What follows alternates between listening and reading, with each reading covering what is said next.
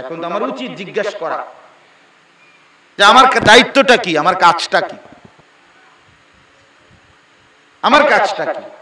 আমরা তো কালেমা লা ইলাহা ইল্লাল্লাহ মুহাম্মাদুর রাসূলুল্লাহ এটা তো পড়লাম, বললাম যে আমি এটা মানি, আমি স্বীকার করি যে আমি মুসলমান।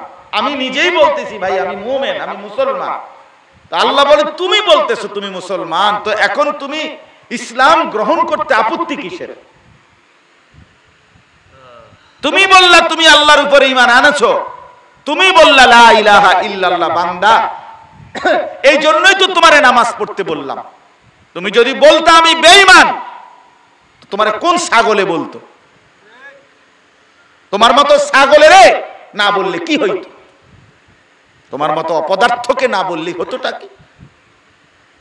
আল্লাহর দুনিয়া তো কত জন্তু জানোয়ারও ভোগ করতেছে, তোমার মতো দুই একটা প্লাস্টিক দুনিয়া ভোগ করলে কি হইতো? এতে ভাত খাইবা, ঘুম যাইবা, পেশাবে ধরলে পেশাব করবা, টয়লেটে গেলে টয়লেটে যাইবা, শীত হইয়া ঘুম যাইবা, পাগলের মতো মাতালের মতো ঘুরবা, হাঁটবা, চলো তো ঠিক আছে।